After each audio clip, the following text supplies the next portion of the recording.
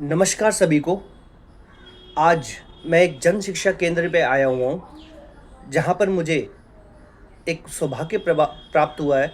मैं all India save education committee Delhi की जो सेक्रेटरी हैं, श्री शारदा दीक्षित जी, जिनको 40 साल का एक्सपीरियंस है एजुकेशन के ऊपर, आज उनके साथ जन शिक्षा के ऊपर चर्चा करने जा रहा हूँ और उनके व्यूज़ लेना चाहता हूँ कि ऐसा शिक्षा में जो हमें क्रांति लानी थी और जो हम सोच रहे थे, हम उसके विपरीत कहाँ चले गए हैं।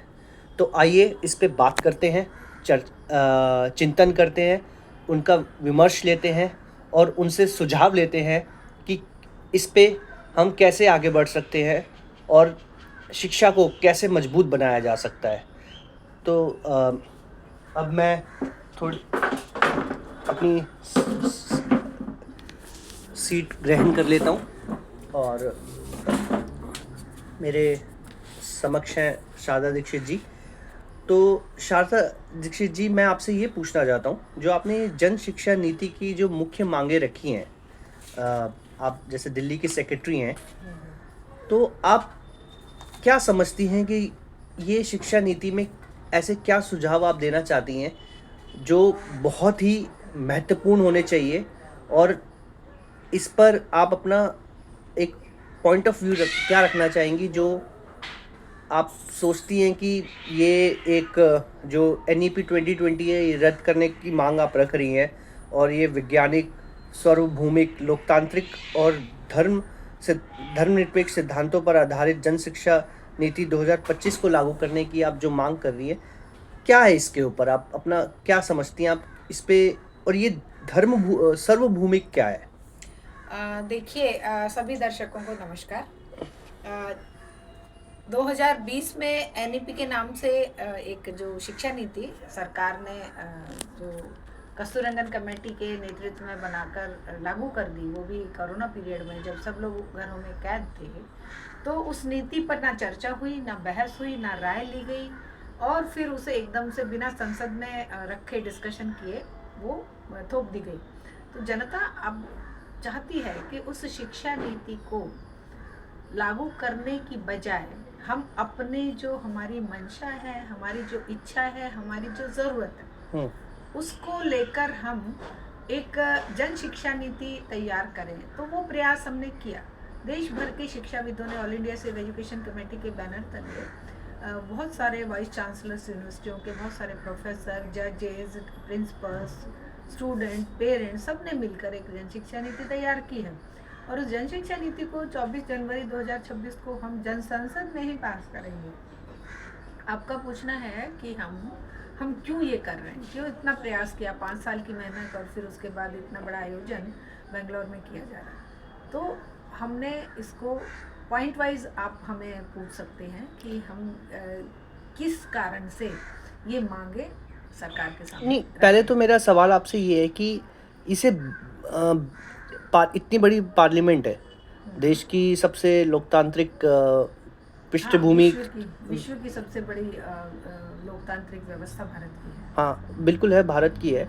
तो वैसे तो जितने भी जो MPs होते हैं और जितने हमारे MLAs हैं, जितने भी हमारे नेताओं के जो भी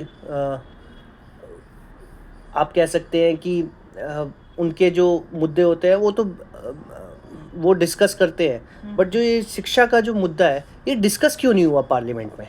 देखिए, यही हमारा पूछना है कि ये डिस्कस क्यों नहीं हुआ। पीढ़ियों का भविष्य निर्धारित करने वाली एक नीति आप बनाने जा रहे हैं, और वो भी चुपचाप उठाकर आप या तो कॉरपोरेट के फायदे के लिए या एक धर्म विशेष के लोगों को संतुष्ट करने के लिए उसमें वो सब चीज़ें डाल देंगे, जिनके लिए सदियों से, नवजागरण काल से लेकर, यूरोपियन नवजागरण काल से लेकर भारतीय नवजागरण काल तक के लोगों ने बहुत बहुत संघर्ष किया।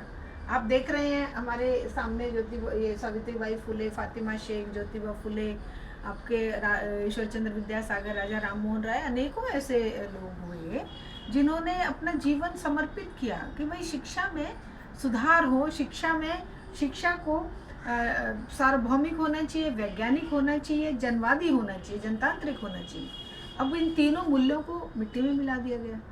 अब उनकी जो मांग थी जो क्रांतिकारी वीरों की मांग थी, भगत सिंह की मांग थी, नेताजी सुभाष चंद्र बोस, ईश्वर चंद्र विद्यासागर और आपके चंद्रशेखर आज़ाद, जितने भी रिवोल्यूशनरीज हुए, यहाँ तक कि मदन मोहन मालवीय से लेके आपके लोकमान्य तिलक, मुंशी प्रेमचंद, शरचंद्र, सब ने शिक्षा के लिए बहुत काम किया था। अच्छा, तो ये आपने जो ये इसमें अपने पॉइंट्स लिखे हैं, बुलेट पॉइंट्स लिखे हुए हैं, जैसे हम सभी के लिए स्कूल शिक्षा का सर्वभूमिकरण चाहते हैं, ना कि केवल अक्षर ज्ञान और अंक ज्ञान। इसका क्या क्या तात्पर्य है? देखिए, आप हमारे पहले पॉइंट में देख रहे होंगे कि हमने सार्वभौमिक शिक्षा की बात करी है। सार्वभौमिक शब्द से अभिप्राय होता है, इसके अपने शब्द में ही अर्थ निहित है कि इस भूमि पर उपलब्ध, भारत भूमि पर उपलब्ध मानव मात्र के लिए शिक्षा के दरवाजे बिना किसी भेदभाव के, बिना किसी पैसे के, निशुल्क हो और वो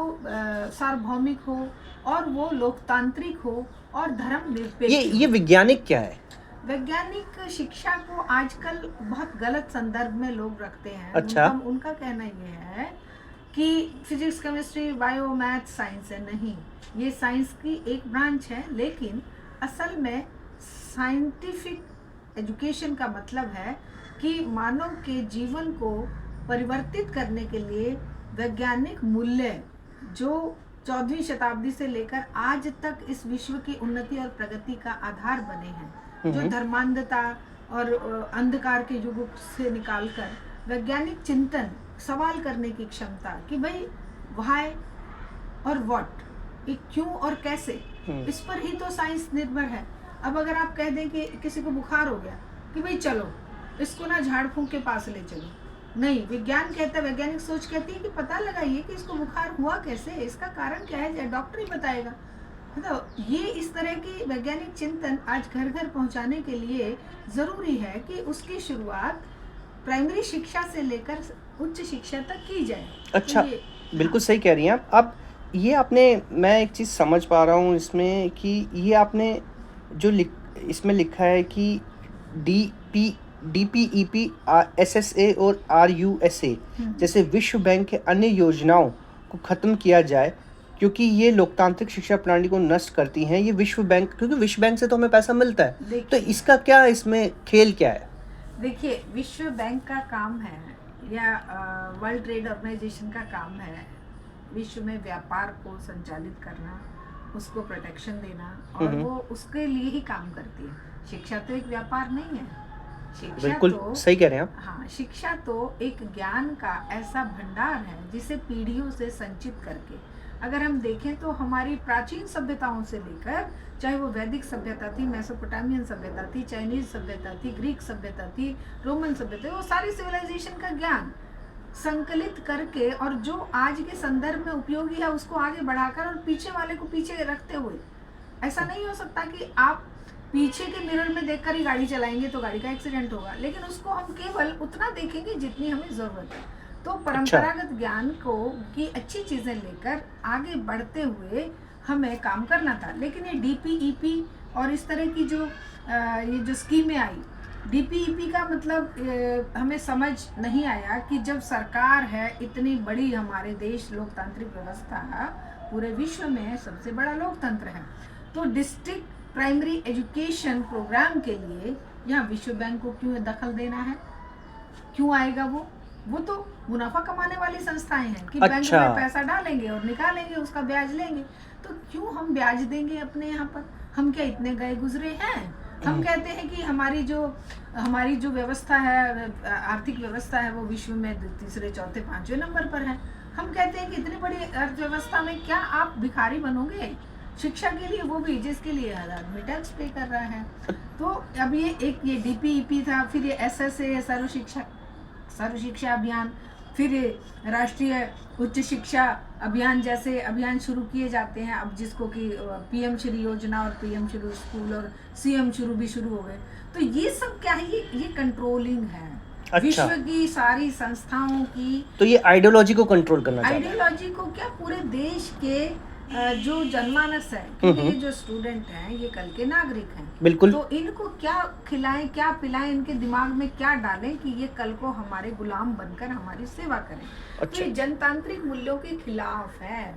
अगर हम बाहर से शिक्षा के लिए किसी का अनुदान प्राप्त करते हैं, अगर हम इसीलिए अनुदान ले रहे हैं कि वो हमारे इंटरफेयर करें, आप देखेंगे कि वर्ल्ड बैंक की क्या पॉलिसी है, जितने थर्ड वर्ल्ड कंट्रीज हैं अपने देशों को क्यों नहीं संभालते भाई ये, जहाँ से इनको जो इनके आका हैं वहाँ पे अमेरिका, ब्रिटेन, फ्रांस, हाँ, ट्रम्प को तो ये संभाल ही नहीं पा रहे, वो तो टैरिफ लगाया जा रहा है। हाँ, किसके ऊपर ये दबाव बनाते हैं अपने नीतियाँ थोपने का, ये जो डेवलप्ड कंट्रीज हैं वर्ल्ड बैंक के माध्यम से हमारी शिक्षा में सेंध लगाकर हमारी लोकतांत्रिक व्यवस्था को छिन्न भिन्न करना चाहते हैं, क्योंकि शिक्षा में लोकतांत्रिक व्यवस्था बहुत जरूरी है। शिक्षा में लोकतंत्र का अभिप्राय आप समझते हैं कि ऊपर जैसे हमने पहले अपने फर्स्ट पॉइंट में ये लिखा भी है कि लोकतांत्रिक शिक्षा, लोकतांत्रिक शिक्षा से अर्थ है कि तानाशाही पूर्ण रवैया सरकार का शिक्षा में परिलक्षित ना हो, उनके मैनेजमेंट, उनके जो सिलेबस निर्धारण है ये एकेडमिशियन करें। अच्छा, आपने एक बहुत अच्छा उदाहरण भी बताया था, जब हम ऑफ कैमरा बात कर रहे थे तो आपने एक वियतनाम वॉर में बताया था कि कैसे शिक्षा प्रणाली को ख़त्म किया गया। हाँ। उसके बारे में थोड़ा सा बताइए, बड़ा रुचि, वो लोगों को पता होना चाहिए कि कैसे शिक्षा को ख़त्म किया गया था अमेरिका द्वारा। हाँ, देखिए, और उसको अब कैसे इम्प्लीमेंट कर रहे हैं इंडिया में। अभी देखिए पूरे विश्व में आज पूंजीवाद अपने एक फांसीवादी रूप में जा चुका है, बहुत ही निकृष्टतम रूप में। 70 जब इसका पूंजीवाद का उदय हुआ था तो ये प्रोग्रेसिव था, अब ये रिग्रेसिव हो गया है, ये ऑप्रेसिव हो गया है, अब ये आतंक और उसका पर्याय बन गया है। तो 1945 की जो वो थी उसमें क्या हुआ था कि वियतनाम की कहानी तो आप सबको पता है, ऐतिहासिक तथ्य ये कहते हैं कि वियतनाम फ्रांस के अंडर में गुलाम था, फिर जब सेकेंड वर्ल्ड वॉर में फ्रांस हार गया तो उस पर अमेरिका ने कब्जा किया, जापानीज ने कब्जा किया, जापान हार गया तो अमेरिका ने कब्जा किया, तो अमेरिका ने वहाँ पर फिर अपने वॉर शुरू कर दी। वो वॉर लगभग 20-25 साल चली। अब उस वॉर के अगेंस्ट अमेरिका के छात्रों ने, वहाँ के प्रोफेसर्स ने, वहाँ के खुद अमेरिकन सोल्जर्स ने बगावत कर दी। अब ये सरकार को अच्छी तरह समझ आ गया कि शिक्षा में अगर बच्चों को फ्री छोड़ा, इनको यूनिवर्सिटी और कॉलेजेस में बच्चों को केवल ज्ञान के लिए छोड़ दिया, अच्छा। तो इनको जो है ये हमारे जो लोकतांत्रिक मूल्य हैं, जो हमारे हम जो तानाशाही पूर्ण एक्शन करते हैं उस पर ये सवाल उठाएंगे, इसलिए इनको बिजी रखो। और फिर उन्होंने सेमेस्टर प्रणाली लागू करी अमेरिका में। आज उसी सेमेस्टर प्रणाली को पूरे विश्व के देशों में थोपा जा रहा है। उस सेमेस्टर प्रणाली के कारण आज स्कूलों में भी देखिए, आप देखोगे किसी भी बच्चे से पूछो बेटा आना हमारे यहाँ फलाना प्रोग्राम है, नहीं नहीं अंकल मेरे एग्जाम है। आप कॉलेज के बच्चों से पूछ के देख लीजिए, आइए, नहीं नहीं नहीं नहीं मुझे कॉलेज। अब वो पूरे साल एग्जाम चल रहे हैं, पूरे साल इनके टेस्ट हो रहे हैं, तो कौन सा ऐसा ज्ञान प्राप्त कर रहे हैं भाई बच्चे। पहले के मुकाबले तो आज स्टैंडर्ड इतना लो है कि बच्चे ठीक से अपने विचार भी प्रकट नहीं कर पा रहे हैं। अच्छा, आपने इसमें एक पॉइंट लिखा है, राइट टू एजुकेशन एक्ट 2009 को ख़त्म किया जाए, जो क्या कहते हैं सभी बच्चों के लिए निःशुल्क उत्तम शिक्षा सुनिश्चित की जाए। But right to education act तो बहुत ही सराहनीय कदम था। बिल्कुल। बट आप ऐसा क्यों बोल रही हैं? देखिए, बहुत सारे एकेडमिशियन, बहुत सारे लर्नेड लोगों ने मिलकर राइट टू एजुकेशन एक्ट बनाया, और कई बार मेरी बहस भी इस बात पर हमारे जो साथी हैं प्रोफेसर उन सबसे होती है। तो उनका कहना ये है कि जी एक ही ऐसा कानून था जिसमें सब बच्चों को पढ़ने का अधिकार, ये मौलिक अधिकार के रूप में संविधान में लिख दिया गया था, लेकिन उसके बाद क्या परिवर्तन आया? कुछ आया नहीं। आज RTE एक्ट में नो डिटेंशन पॉलिसी के कारण स्कूलों की हालत आप देख रहे हैं कि मेरे यहाँ पर जन शिक्षण केंद्र में मैंने क्यों शुरू किया कि यहाँ पर 9, 10, 11, 12 के बच्चे, वो बच्चे जिनको की रीडिंग भी नहीं आती, आप सोचिए क्या हालत हो गई सरकारी स्कूलों की कि बच्चे सीधे सीधे हिंदी नहीं पढ़ पा रहे, अंग्रेजी की तो छोड़िए, किसी और भाषा की छोड़िए, वो हिंदी नहीं पढ़ पा रहे। तो RTE एक्ट में जो नो डिटेंशन पॉलिसी थी, भयंकर बर्बादी स्कूली शिक्षा की उसने कर दी। दूसरा जो बात है कि EWS और दूसरे जो प्रावधान किए गए, उनका प्रभाव ये हुआ कि लोग इसमें भी भ्रष्टाचार, क्योंकि व्यवस्था में ही भ्रष्टाचार है ना, तो वो EWS कौन गेन कर रहा है? जिनके पास पैसा है वो झूठे सर्टिफिकेट बनवा के भी EWS में दाखिला पा रहे हैं। और क्या था कि जो स्कूलों की इंफ्रास्ट्रक्चर सुधारने का या दूसरे काम, टीचर्स के अपॉइंटमेंट का, या वो सब तो नहीं हुआ। एक काम जरूर हो गया कि उस RTE एक्ट की आड़ लेकर बच्चों ने पढ़ना और टीचर ने पढ़ाना बंद कर दिया। अच्छा, ये एक पॉइंट आपने इसमें लिखा है कि नो डिटेंशन पॉलिसी को बंद किया जाए और खराब प्रदर्शन करने वाले छात्रों के लिए विशेष सहायता के साथ पास फेल प्रणाली लागू की जाए। मतलब नो डिटेंशन पॉलिसी कितनी खतरनाक है फिर? अभी जो मैंने बताया ना सॉरी, कि नो डिटेंशन पॉलिसी का अर्थ था कि बच्चे को फेल मत करिए। बच्चा फेल होता है तो वो डिप्रेशन में चला जाता है। बच्चे का जो ये है वो डेवलपमेंट सही नहीं होता बच्चे का। फॉरेन में तो नो डिटेंशन पॉलिसी है तो यहाँ पर भी लागू होनी चाहिए। तो उस चक्कर में हुआ ये कि इन्होंने भारत में भी वो नो डिटेंशन पॉलिसी लागू कर दी। लेकिन उस नो डिटेंशन पॉलिसी के कारण हमारे देश के अंदर जो 40-40, 50-50, 60-60, 70-80 बच्चे जो हैं वो क्लासेस में हैं और टीचर बच्चों पर ध्यान नहीं दे पाता। तो उससे क्या हुआ, अच्छा। बच्चे पास होते गए और वो 9, 10, 11, 12 तक पहुंच गए और वो सर्टिफिकेट लेकर बाहर भी निकल गए, लेकिन उन्हें पढ़ना लिखना नहीं आ रहा। अच्छा, तो एक बहुत बड़ी कंफ्यूजन है मैडम। ये 5+3+3+4 पैटर्न को रद्द करने की आप मांग करें, बट ये अभी तक जो अभिभावक हैं, जो पेरेंट्स हैं, उनको ही नहीं समझ में आ रहा है ये क्या खेल चल रहा है, ये क्या खेल है? देखिए, इसी के लिए तो हमारा संघर्ष जारी है। अच्छा। जनता के बीच में ये रखा नहीं गया, पब्लिक डोमेन में इसको केवल 1 महीने 2 महीने के लिए बस ऑनलाइन डाल दिया। किसी गरीब माँ बाप के पास ना ऑनलाइन की कोई सुविधा है, ना कोई ऑनलाइन में इस पूरे 600 पेज के ड्राफ्ट को पढ़ने गया। सरकार ने कहा हमने तो राय ले ली। राय किसकी ली? अपने ही विचारधारा के, जो इनका अपना शिक्षक मंडल था या एबीवीपी था या उसी तरह की जो विचारधारा विशेष के लोगों ने इनको कहा कि हाँ बहुत बढ़िया बहुत बढ़िया बहुत बढ़िया, तो इन्होंने उसको उसमें लागू कर दिया। अब इन्होंने क्या किया है, 5+3+3+4 5 साल कौन से हैं? जब बच्चा 3 साल का होता है 3+ का बच्चा जाएगा वो फाउंडेशनल कोर्स के उसके लिए जाएगा और उसके बाद 3 साल तक 2 साल मतलब उसका nursery, KG, upper KG, first and second, ये 5 साल हो गए। इन 5 सालों में वो बच्चा जो है वो कोई फॉर्मल एजुकेशन नहीं लेगा, तब तक उसकी उम्र 8 साल हो जाएगी। अब 8 साल का बच्चा जब तीसरी क्लास में जाएगा तभी उसको बुक से इंट्रोड्यूस कराया जाएगा, किताबें उसको दी जाएंगी और किताबों के माध्यम से वो पढ़ेगा। तो वो जो 3 साल रहेंगे, तीसरी, चौथी और 5वीं क्लास, उसमें वो नाम मात्र की किताबें और नाम मात्र के इससे वो पढ़ेगा। उसके बाद छठी में पूरा ओवरऑल सिलेबस उसके सामने रख दिया जाएगा और साथ में वोकेशनल एजुकेशन। अच्छा। छठी, 7वीं, 8वीं वोकेशनल एजुकेशन कौन सी दे रहे हैं? पंचर लगाना सिखाएंगे, बाल काटना सिखाएंगे, कुम्हार का काम सिखाएंगे, लोहार का काम सिखाएंगे, इलेक्ट्रीशियन का काम सिखाएंगे, पार्लर का काम सिखाएंगे। इंफ्रास्ट्रक्चर तो बच्चों के बैठने तो मतलब ये टेक्निकल तो ना, ये तो बहुत ही निम्न स्तर का काम सिखा रहे हैं। स्तर का काम है, कैसे सीखेगा कोई अनपढ़? लगभग हम तो साइंटिस्ट बनाना चाह रहे थे बच्चों। हम साइंटिस्ट बनाना चाह रहे थे। और वो कौन से बच्चे होंगे? वो गरीब बच्चे होंगे जिनके माँ बाप के बच्चे केवल सरकारी स्कूलों में पढ़े। इसी में मैं एक बात जोड़ना चाहता हूँ कि आपने ये जो आगे का मैं पूरा कर दूं, ये 3+3+4 वाला। हाँ हाँ, ये पैटर्न, क्योंकि फिर दर्शकों को समझ आ जाएगा। तो ये 3 साल उसके 8वीं तक इस तरह निकाल दिए। अच्छा, नो डिटेंशन पॉलिसी को बैकडोर से लागू कर दिया कि 8वीं तक बच्चे फेल तो नहीं होंगे, बस उसमें ये सब्जेक्ट और जोड़ दिए जाएंगे कि ये कुम्हार के यहाँ गया था। मतलब ये कह रहे हैं कि बच्चों को लेके हम कुम्हार के पास जाएंगे, बच्चों को लेके लोहार के पास जाएंगे, बच्चों को लेके सलून में जाएंगे, मोची के पास जाएंगे, पंचर लगाने के पास जाएंगे कि देखो देखो देखो तुम सीख लो बच्चों, ये तुम्हारा काम है।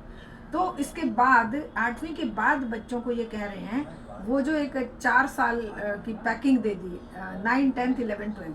पहले क्या होता था कि 10th तक, 9th के 10th के बाद बच्चा 10th पास का बोर्ड का एग्ज़ाम देकर सर्टिफिकेट लेकर ITI या कोई कोर्स, अपने गरीब बच्चे अपना कोर्स करके फिर रोजगार की व्यवस्था कर लेते थे। तब तक बच्चे की उम्र 15-16 साल हो जाती थी, 17-18 साल 12वीं करते करते वो आगे बढ़ जाता था। लेकिन अब क्या कह रहे हैं?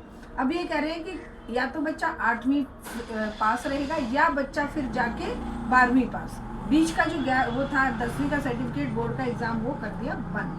तो इस तरह से, और 9वीं में ही बच्चे को मतलब 8वीं के बाद बच्चे को कह रहे हैं कि वो स्ट्रीम अपनी सेलेक्ट कर ले। और स्ट्रीम में क्या घालमेल कर दिया, फिजिक्स के साथ आप फिजिकल एजुकेशन सब्जेक्ट लेकर, एक कॉम्बिनेशन था ना, फिजिक्स केमिस्ट्री मैथ्स या फिजिक्स केमिस्ट्री बायो, ये कह रहे हैं ना ये कॉम्बिनेशन की ज़रूरत नहीं है।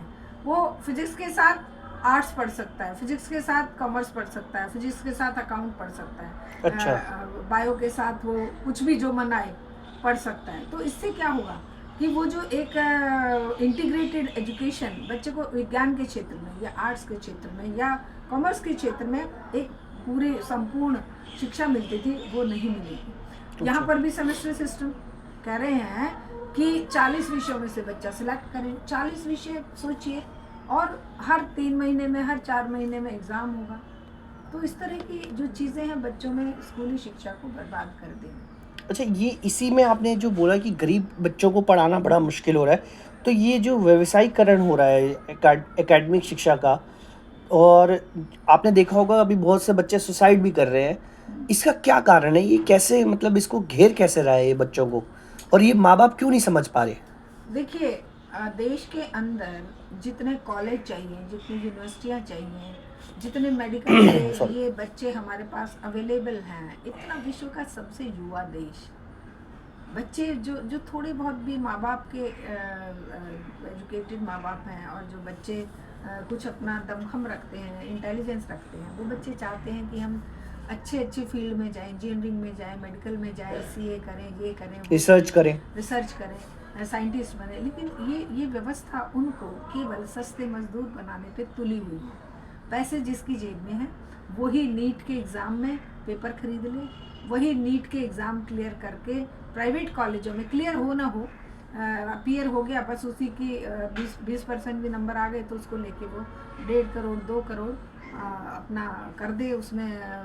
मैं आपको इसमें रोकना चाहूँगा। जैसे आप ये कह रही हैं नीट और ये CUET टेस्ट में जो आप ये केंद्रीकरण का कह रहे हैं कि रोका जाए इसको, तो इसमें जो भी मार्क्स, जैसे आप कैट के कोई भी एक स्कोर ले आओ, आपको इतने सारे कॉलेजेस में आपको मिल जाएगा, बट एक जो टेक्निकल है जिसमें आपको एक प्योरिटी चाहिए, जैसे मेडिकल है, इंजीनियरिंग है, इसमें भी आप एक डोनेशन दे दो करोड़ों रुपए की और आप आराम से एडमिशन ले लो। तो इस घोरक धंधे को आप कह रहे हैं कि रोकना चाहिए, तो इसका सलूशन क्या है? मतलब अगर इसका केंद्रीकरण ना करके तो कैसे इसको किया जाए? देखिए, पहली बात तो ये कि क्यों केंद्रीकरण होना चाहिए। हम कह रहे हैं कि शिक्षा एक स्टेट लिस्ट का इशू था। शिक्षा अच्छा। जब संविधान बना तो ये कहा गया था, भारत जैसे विशाल देश में जहाँ कल्चर की विभिन्नता है, भाषा की विभिन्नता है, क्लाइमेट की विभिन्नता है, भौगोलिक विभिन्नता है, उस सारी कंडीशन में हर एक क्षेत्र के लोगों को, बच्चों को अपने तरीके से शिक्षा प्राप्त करने और शिक्षा देने का अधिकार संविधान ने दिया था। लेकिन वो धीरे धीरे पहले कंकरेंट लिस्ट में डाला इस विषय को, फिर अभी इन्होंने डाल दिया, अब इन्होंने NEP के माध्यम से उसको पूरा कंट्रोल कर लिया। नीट जैसे एग्जाम, CUT जैसे एग्जाम, JEE जैसे एग्जाम क्या बता रहे हैं? ये बता रहे हैं कि एक झारखंड के आदिवासी क्षेत्र में रहने वाला बच्चा 12वीं साइंस से करके आया है, और एक दिल्ली के पॉश कॉलोनी में रहने वाला बच्चा, डिफेंस कॉलोनी में या और ऊंचे किसी उसमें अफसर का बच्चा है, वो दोनों बराबर हैं, वो दोनों ही अपीयर होंगे, और उन दोनों में से जिसका नंबर ज़्यादा होंगे वो, क्यों भाई, कैसे वो बच्चे आगे बढ़ेंगे? जो बच्चे, वो तो ज़िंदगी भर फिर मजदूरी बने रह जाएंगे। हम चाहते हैं कि हमारा ये सॉल्यूशन है कि पहली बात, हर क्षेत्र में मेडिकल एजुकेशन और अच्छे स्कूल, अच्छे कॉलेज, अच्छे मेडिकल कॉलेज, अच्छे इंजीनियरिंग कॉलेज क्यों ना खोले सरकार।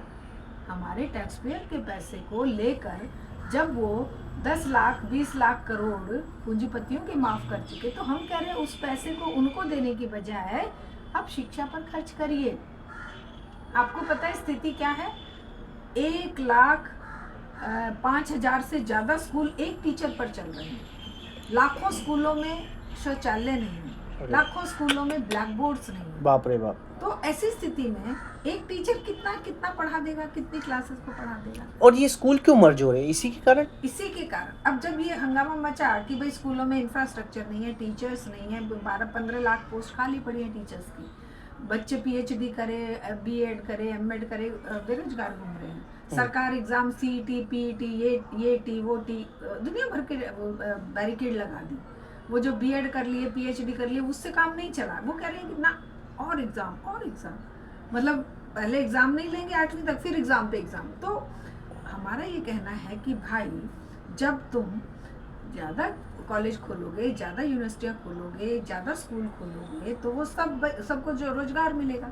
और जो इंफ्रास्ट्रक्चर डेवलप करोगे तो फिर तुम्हें मर्ज करने की क्यों ज़रूरत है? ये कह रहे हैं कि हम शिक्षा की क्वालिटी बढ़ाने के लिए मर्ज कर रहे हैं। कैसे कैसे क्वालिटी बढ़ेगी? क्योंकि आप शिक्षक तो है ही नहीं, पढ़ाने वाले ही शिक्षक है नहीं ही है। नहीं। अच्छा, शिक्षक की कमी पूरी करने का ये रास्ता ले लिया कि भाई 4 स्कूलों को मिलाकर एक अच्छा, कर दिया। हाँ। तो उसमें जो टीचर की रिक्वायरमेंट तो एक स्कूल की रह गई, लेकिन वो जो संख्या बढ़ गई। मैं खुद देख रही हूँ, सिविल लाइन के एक स्कूल में हम लोगों ने बहुत लड़ाई लड़ी है दिल्ली में। केजरीवाल सरकार जो ढिंडोरा पीट रही थी कि हमने बहुत बढ़िया स्कूल कर दिया, उनकी मैं बता रही हूँ सैकड़ों स्कूल मर्ज करके बंद किए। 300 साढ़े 300 स्कूल दिल्ली में एमसीडी के बंद किए। ये अकेली एक सरकार की बात नहीं हाँ, है, क्योंकि सारी आपको भी सरकार। 40 साल का एक्सपीरियंस है, आप प्रिंसिपल रह चुकी हैं, तो आपको तो इसके अंदर भीतरी पता है कि हाँ। एकदम कि क्या चल क्या रहा है। तो उस स्थिति में हमारा ये कहना है कि तुम 1 किलोमीटर 500 मीटर के दायरे में स्कूल को चलाइए भाई, उनका इंफ्रास्ट्रक्चर डेवलप करिए, टीचर जो बेरोजगार हैं उनको नौकरी दीजिए।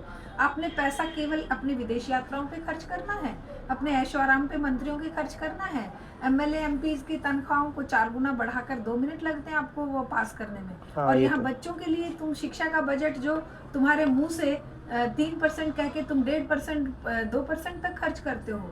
हमारी मांग है कि 10% हमारे जीडीपी का। तो ये आप जो कह रही हैं, ये एनआरएफ जैसी एजेंसियों को भंग किया जाए जो अनुसंधान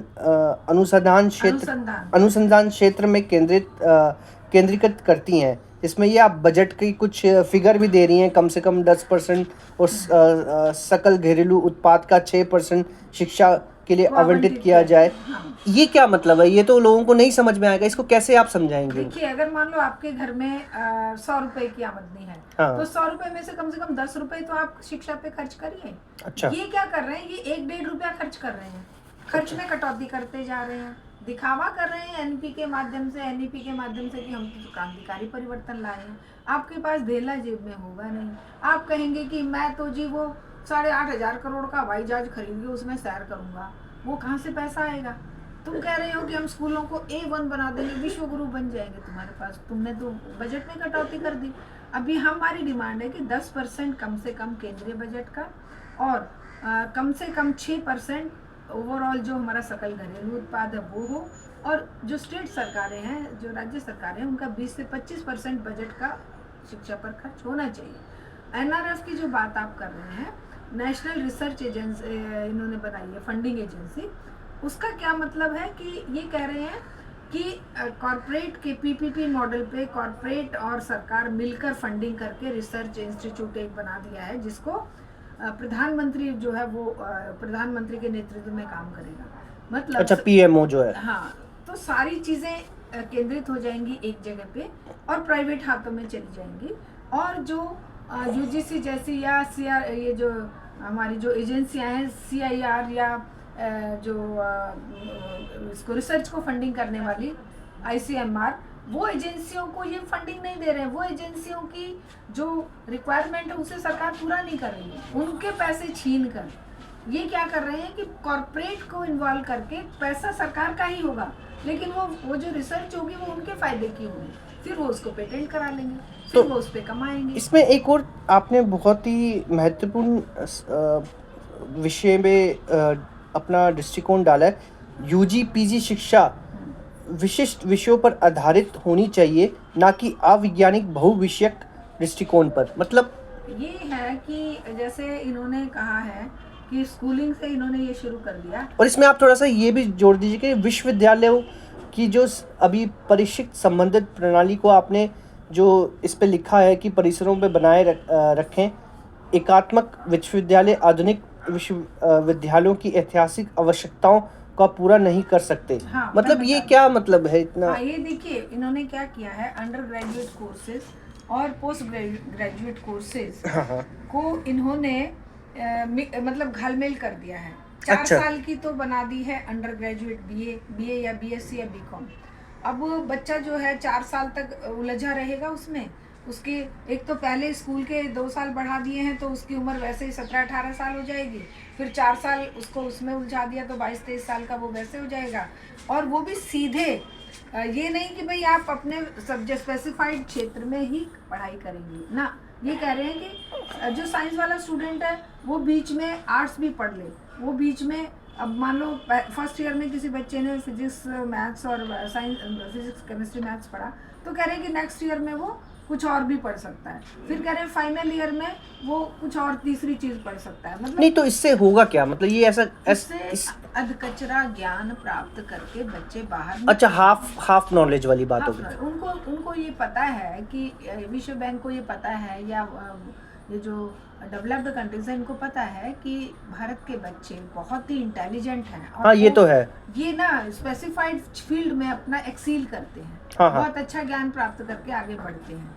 अब गरीबों के बच्चे ही हैं वो जो बाहर जाकर अच्छी अच्छी नौकरियां पा गए हैं। अब इन्होंने उसको मतलब किस तरीके से डैमेज किया है कि सब्जेक्ट का घालमेल कर दिया और क्या कर दिया कि रिसर्च जो है वो फाइनल ईयर से शुरू हो जाएगी, 4th ईयर से, फिर एक साल की पोस्ट ग्रेजुएशन कर दी, अच्छा। फिर एमफिल को बंद कर दिया, फिर पीएचडी का भी मतलब 2 साल की पीएचडी 3 साल, तो इस तरह से हायर एजुकेशन का भी भट्टा बिठा दिया इन्होंने, स्कूल एजुकेशन को भी बर्बाद कर दिया और केवल गिने चुने परिवारों के बच्चे डिग्रियां खरीद पाएंगे, चाहे वो इंडिया से खरीदें चाहे वो फॉरेन से खरीदें, और पूरा जो बहुसंख्यक समाज होगा हमारा, जो आपके हमारे परिवारों के बच्चे हैं, उनके लिए शिक्षा के दरवाजे एक तरह से बंद समझिए। तो आपने इसमें 21वां पॉइंट बहुत ही मुझे अच्छा लगा और इसको समझना हर एक भारतीय के लिए ज़रूरी है, चाहे वो किसी भी पंथ प्रांत का हो, कि मातृभाषाओं और अंग्रेजी भाषा को बढ़ावा दे तथा वैज्ञानिक रूप से भाषा नीति विकसित करें। मतलब आप ये कहना चाहते हैं कि जो आपकी मातृभाषा है उसमें भी आपका जोर होना बहुत जरूरी है। देखिए अभी आपने सुना होगा कि दिखावे के लिए हमारे गृह मंत्री साहब कह रहे हैं कि अंग्रेजी बोलने वालों को शर्म आएगी आने वाले समय में। हम इनसे पूछ रहे हैं कि आपके बेटे को आपको शर्म आ सकती है क्योंकि आप लोगों को वो बोलनी नहीं आती, लेकिन जिन बच्चों ने मेहनत करी है, जो बच्चे सचमुच में लैंग्वेज को वैज्ञानिक तरीके से सीखे हैं, उनको तो ये अंग्रेजी भाषा पूरे विश्व के दरवाजे खोल रही है। विश्व की पूरी व्यवस्था को समझने के लिए ज्ञान विज्ञान और सभी क्षेत्र की जो एक नॉलेज है वो तो विश्व स्तर पर अंग्रेजी के माध्यम से ही हमें उपलब्ध है। ये कह रहे हैं अंग्रेजी नहीं संस्कृत सीखिए, अंग्रेजी नहीं हिंदी सीखिए। अब अपने बच्चों को तो फॉरेन में पढ़ा रहे हैं, गरीबों के बच्चों को कह रहे हैं कि आप जो है वो करिए। गरीबों के बच्चों को इन्होंने कहा कि हिंदी और संस्कृत पढ़िए, संस्कृत कॉलेज, संस्कृत स्कूल, संस्कृत की ये सब चीज़ें ये कर रहे हैं। लेकिन हम लोगों का कहना है कि मातृभाषा जो बच्चा माँ के दूध से सीखता है, आप उसको प्राइमरी एजुकेशन का बेस बनाइए और अंग्रेज़ी को बच्चों के लिए इस लेवल तक पढ़ाइए कि वो विश्व में कहीं पर भी जाएं तो अपने ज्ञान को उत्तम तरीके से वो मतलब ग्रहण कर सकें और विश्व के किसी भी पद पर जब वो आसीन हो तो एक सम्मान पूर्वक अपने कम्युनिकेशन की लैंग्वेज का इस्तेमाल कर सके। लेकिन ये सरकार हमारे युवाओं को केवल चक्रव्यूह में वो जो संस्कृत और ये जो इनकी अपनी जो हिंदी और संस्कृत को थोप कर जो साउथ इंडियन लैंग्वेज, संस्कृत को तो इन्होंने साइंटिफिक लैंग्वेज बोला ना। देखिए थी कभी वो साइंटिफिक लैंग्वेज, जैसे तो वो भी थी, लैटिन और ग्रीक भी थी, आज उनका अस्तित्व कहाँ है? आज वो केवल संदर्भ के लिए ही रह गई है। इसी तरह से हमारी संस्कृत भी है, उत्तम लैंग्वेज रही होगी, कभी ग्रंथ रहे होंगे उसमें, आज तो नहीं है। आज हम उसका क्या करेंगे सीख कर? इतना है कि हाँ पीछे खिड़की में से देख लेते हैं कि हाँ इसमें ये शब्द वहाँ से हिंदी में यहाँ से आया है और भाई एक संदर्भ के लिए हम लेते हैं। हमारा ये कहना है कि हमारी जो जन शिक्षा नीति है उसमें इस बात पर जोर दिया गया है कि वैज्ञानिक तरीके से बच्चों को मातृभाषा में शिक्षा दी जाए और अंग्रेजी सिखाई जाए शुरू से ही, इसी से वो आगे बढ़ेंगी।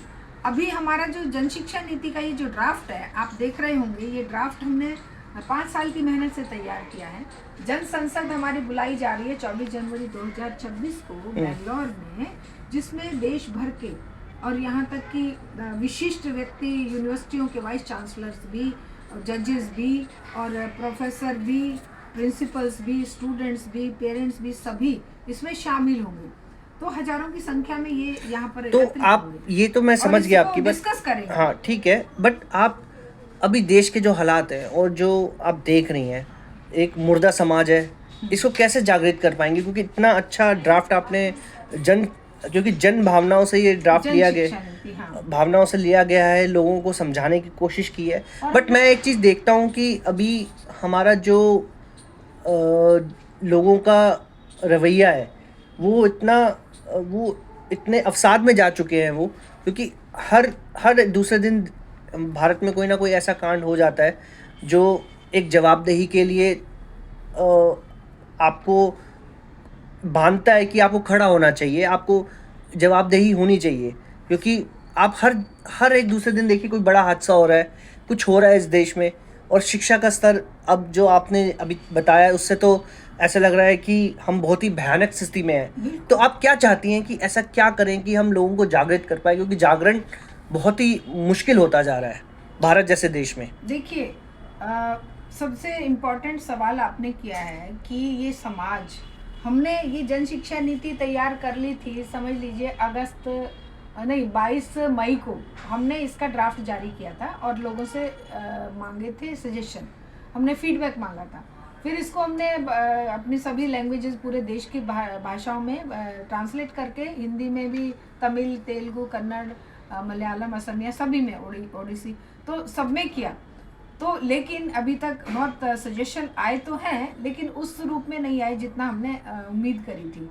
दूसरी बात, आप कह रहे हैं कि समाज के अंदर जो घटनाएं हो रही हैं उसको समाज किस नज़रिए से देख रहा है। असल में समाज को धर्मांधता में डुबो दिया गया, इसीलिए हमने धर्मनिरपेक्ष शिक्षा की बात करी है। अच्छा, धर्मनिरपेक्ष शिक्षा हमारे पहले ही पॉइंट में है। जो हम नहीं कह रहे हैं, ये हमारे मनीषियों ने कहा। सुभाष चंद्र बोस ने क्या कहा? हमें सुनिश्चित करना होगा कि किसी भी प्रकार की कट्टरता, चाहे वह देश या राजनीति के नाम पर हो, हमारे शिक्षा के मंदिरों में प्रवेश ना कर पाए। किसी भी तरह की कट्टरता जो हमें आपस में बांटती है, जो हमें एक दूसरे का दुश्मन बनाती है, वो शिक्षा के मंदिरों में प्रवेश ना कर पाए।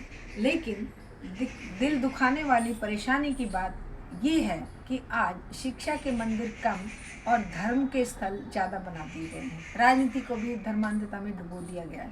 परिणाम स्वरूप रोज हृदय विदारक घटनाएं होती हैं। कहीं मॉब लिंचिंग हो जाती है, कहीं पर स्कूल में किसी बच्चे के साथ धर्म के नाम पर उसको प्रताड़ित किया जाता है, कहीं पर, मतलब आप कहाँ कहाँ नहीं देखेंगे, कहीं जाति के नाम पर किसी को जान से मार दिया जा रहा है और समाज मूक दर्शक बना हुआ है। आपका ये कहना बिल्कुल जायज़ है कि हम लोगों ने इतनी मेहनत करी, ऑल इंडिया लेवल पर हमारी जो कमेटी है लगातार संघर्ष कर रही है, लगातार हम लोग जनता के बीच में 5-6 साल से ही नहीं, 1989 से जब पहली बार प्राइवेटाइजेशन, कमर्शलाइजेशन और ग्लोबलाइजेशन का ये जो बवंडर उठा था शिक्षा के क्षेत्र में, जब शिक्षा नीति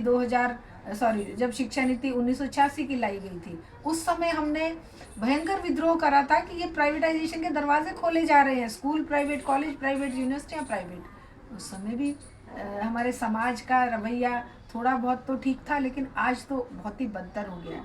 तो वो जो प्राइवेटाइजेशन का एक जो प्रहार शुरू हुआ था, आज उसे जनता ने एक्सेप्ट करके और सही मान लिया है। धर्मांधता का जो बवंडर 2002, 2001, 1992, 93, वो जो बाबरी मस्जिद कांड, उस सब को लोगों ने सच्चाई मान लिया है, जबकि वो समाज के टुकड़े करने की चीज़ें हैं।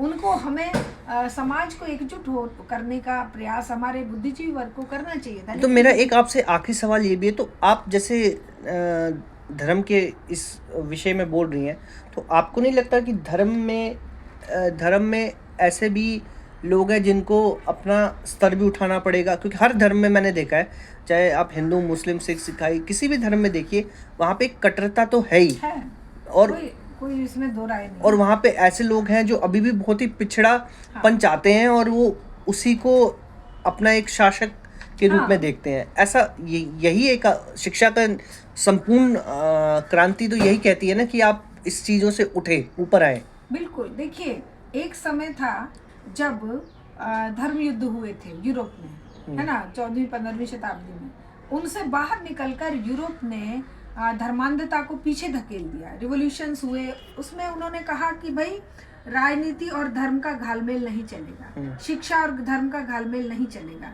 इसीलिए आप देखोगे डार्विन की थ्योरी को हमारे सिलेबस से हटा दिया गया है आज धर्मांधता के चलते। आज यहाँ पर उन लोगों के महान बलिदानों को सिलेबस से हटा दिया गया है जिन्होंने रिनेसा पीरियड में, नवजागरण काल में, आज़ादी आंदोलन में कुर्बानियाँ दी। आज भगत सिंह कहाँ हैं? आज प्रीतिलता वादीदार कहाँ हैं? आज सावित्रीबाई फुले, ज्योतिबा फुले, फातिमा शेख, चंद्रशेखर आज़ाद, भगत, ये अपने नेताजी सुभाष चंद्र बोस कहाँ हैं? तो ये इन्होंने जानबूझ के शिक्षा को धर्मांधता में डुबोया। हर धर्म का ये जो तानाशाही पूर्ण रवैया है, ये शिक्षा को बर्बाद कर रहा है। और ये एक समय शिक्षा उस धर्मांधता के चुंगल से बाहर निकली थी, लेकिन आज वापस, क्योंकि जब संकट पूंजीवाद पर आता है तो वो सबसे बड़ा हथियार शिक्षा को बनाते हैं। तो मेरा एक सवाल आपसे ये भी कि इतनी हमारे देश में कम से कम 2000 से ज़्यादा पॉलिटिकल पार्टियां होंगी, और कुछ पॉलिटिकल पार्टियां तो बहुत ही बड़ी हैं, उनके पास संसाधन भी है, उनके पास कार्यशक्ति भी है, और उनके पास हर एक टूल्स हैं जिससे वो इस चीज़ से युद्ध कर सकें। फिर भी मैं देखता हूँ कि जिस तरह से ये सब हुआ, इतना बड़ा शिक्षा में बदलाव हो गया और किसी ने कुछ बोला ही नहीं, ये इसको आप कैसे समझाएंगे लोगों को? ऐसा क्या हो गया? देखिए, हम बहुत ही मतलब, और जो मैंने पहले पॉइंट भी आपको बोला था कि हाँ, पार्लियामेंट जैसी जगह पे ये चीज़ पारित हो गई और किसी ने कोई आवाज़ ही नहीं उठाई, क्या मतलब, ऐसा क्या मतलब इतना? हाँ, हम आपको बताते हैं। आपने बहुत ही गंभीर सवाल उठाए हैं, and I appreciate your that intellect कि आपने इन चीज़ों को जनता के सामने लाने का प्रयास किया। पहली बात, जितनी पॉलिटिकल पार्टियां हैं, सभी इन्होंने कोई सिद्धांत इनके पास है ही नहीं। जो दक्षिणपंथी सिद्धांत बीजेपी के पास था, जो आरएसएस और बीजेपी के एक जो ये कहते थे कि पार्टी विद डिफरेंस, और भाई चाल, चरित्र और चेहरा इनका अलग है, आज ये सारे पूंजीवाद की एक जो गंदी नदी है उसमें डुबकियां लगा रहे हैं। दूसरी तरफ कांग्रेस या दूसरी एसपी, बीएसपी, आम आदमी, फलाने ढिकाने, ये सब पार्टियां थी, ये भी उसी में डुबकी लगाने को अपना परम धर्म समझ रही हैं। यहाँ तक कि तथा कथित हमारी वामपंथी पार्टियां भी पूंजीवाद से लाभ उठाने में पीछे नहीं रह रही हैं। तो हमारा ये कहना है कि जब पूरे विश्व में धर्मांधता के और राजनीति के चुंगल से शिक्षा बाहर निकली थी, शिक्षा का विकास तभी हुआ था। आज धर्मनिरपेक्षता का अर्थ इन्होंने क्या मान लिया है? हर धर्म का पोषण करना। हमारे भारतीय संदर्भ में कहते हैं धर्मनिरपेक्षता का अर्थ है कि हर धर्म को बराबर समझना। नहीं, धर्मनिरपेक्षता का असल में अर्थ है कि आप अपने धर्म को मानिए, लेकिन व्यक्तिगत रूप से मानिए। आप मंदिर जाइए, पूजा करिए, मस्जिद जाइए, नमाज पढ़िए, चर्च में जाइए, वहाँ पर प्रार्थना करिए, लेकिन आप मंदिर की बात को, मस्जिद की बात को, चर्च की बात को स्कूलों में नहीं पढ़ाएंगे। बट ये तो हो ही रहा है। आप राजनीति में उसका इस्तेमाल नहीं करेंगे। आप तो और आप देखोगे कि जो डेवलप्ड कंट्रीज हैं, उनका कोई भी नेता आपको कहीं तुष्टिकरण के लिए जाता हुआ नहीं दिखेगा, एक ट्रम्प को छोड़कर। ट्रम्प ने तो तमाशा किया था कि वो बाइबल हाथ में लेके निकला था, लेकिन बाकी जितने भी डेवलप्ड कंट्रीज हैं, सब अपने आप को धर्मांधता से दूर करके ही विकास कर पाए। लेकिन हमारे यहाँ पर उल्टा हो रहा है। हमारे यहाँ पर जो थोड़ा बहुत सेकुलरिज्म का नाम लिया जाता था, उसे भी खत्म करने की पूरी 100% कोशिश की जा रही है, और समाज को टुकड़ों में बांटा जा रहा है। तू इस जाति का है, तू इस धर्म का है, तू महिला है, तू पुरुष है, तू इस क्षेत्र का है, तू इस भाषा का है। इन टुकड़ों में बांटकर ही सत्ता पूंजीवाद को सुरक्षित रख सकती है, कॉरपोरेट को फायदा पहुंचा सकती है। तो हमारा ये कहना है कि धर्मनिरपेक्षता का वास्तविक अर्थ लीजिए, धर्म को मानिए। हम धर्म के विरोध में नहीं हैं, हम धर्म को सम्मान देते हैं, विचारधारा को सम्मान देते हैं, लेकिन हम उससे ऊपर मानवता को मानते हैं, शिक्षा को मानते हैं, एक व्यवस्था जो कि धर्मनिरपेक्षता पर आधारित हो, प्यार, प्रेम, भाईचारे पर आधारित हो, वही हमें शिक्षा में लाने की जरूरत है। तो ये थी शारदा दीक्षित जी। उन्होंने अपने सुझाव भी प्रकट किए, उन्होंने एक सच्चाई से हमें रूबरू कराया और हमें ये समझाने की कोशिश की कि अभी इस देश में शिक्षा नीति जो है उसको कैसे बदलाव करने की एक क्रांतिकारी कदम उठा रही हैं। क्या हम इस कदम को समझ सकते हैं कि इस कदम से इस देश में कुछ बदलाव आएगा? यहाँ के जो मुर्दा लोग हैं वो जाग पाएंगे, वो समझ पाएंगे कि सरकारें कैसे चल रही हैं और इसके पीछे जो एक खूनी खेल है, मैं इसे खूनी खेल ही कहूँगा, क्योंकि इस खूनी खेल से कैसे हम इस निकल पाएंगे, लोगों को जागृत कर पाएंगे और जो बिल्कुल ही गरीब हैं और जो बिल्कुल ही छोड़ दिए गए हैं, बेसहाय हो चुके हैं, उन तक शिक्षा कैसे पहुंचेगी, ये देखना बहुत ज़रूरी होगा। और मैं आप सबसे अपील करता हूँ ज़्यादा से ज़्यादा लोग जुड़िए, इसको सुनिए। अगर आप सुनेंगे भी और आप समझेंगे भी तो अपनी सोसाइटी में इसका डिस्कशन ज़रूर करिए, क्योंकि अगर आप शिक्षा को बचा पाए, एक उच्चतम शिक्षा को बचा पाए, तो आप अपनी भावी पीढ़ी को बचा पाएंगे, आप अपने देश को बचा पाएंगे, आप अपने विश्व को बचा पाएंगे। इसी के साथ धन्यवाद।